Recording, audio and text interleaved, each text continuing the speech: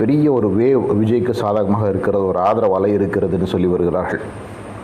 இன்னொரு சுவாரஸ்யமான தகவல் நாம் ஏற்கனவே சொல்லியிருக்கிறோம். அண்ணாமலை களத்திலே இல்லை, அண்ணாமலை தேர்தலிலே தமிழகத்திலே பாஜகவுடைய முகமாக இருக்க மாட்டார், கிட்டத்தட்ட அவர் ஓரங்கட்டுப்பட்டு விட்டதாக தான் தெரிகிறது. ஏன்னா அண்ணாமலை பற்றிய கருத்துக்களை குறித்து இந்த பாஜக இப்போ இருக்கிற பாஜக தலைவர்கள் கிட்ட எல்லாம் கேட்கும்போது பார்த்தீங்கன்னாக்கா அவங்க அண்ணாமலை தனிப்பட்ட கருத்து, ஏதோ அவருக்கும் கட்சிக்கும் சம்மந்தமே இல்லை அப்படிங்கிற போல தான் பேசிக்கிட்டு இருக்கிறார்கள். இதிலே அண்ணாமலை ஆதரவாளர்கள் அவங்க ஒரு மாதிரி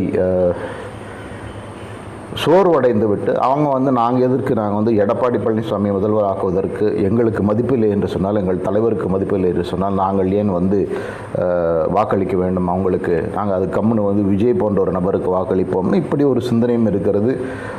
இதை சர்வேக்களுமே கூட காட்டுது. அதாவது நியூட்ரல் ஓட்டர்ஸ் நிறைய பேர் அண்ணாமலை பாஜக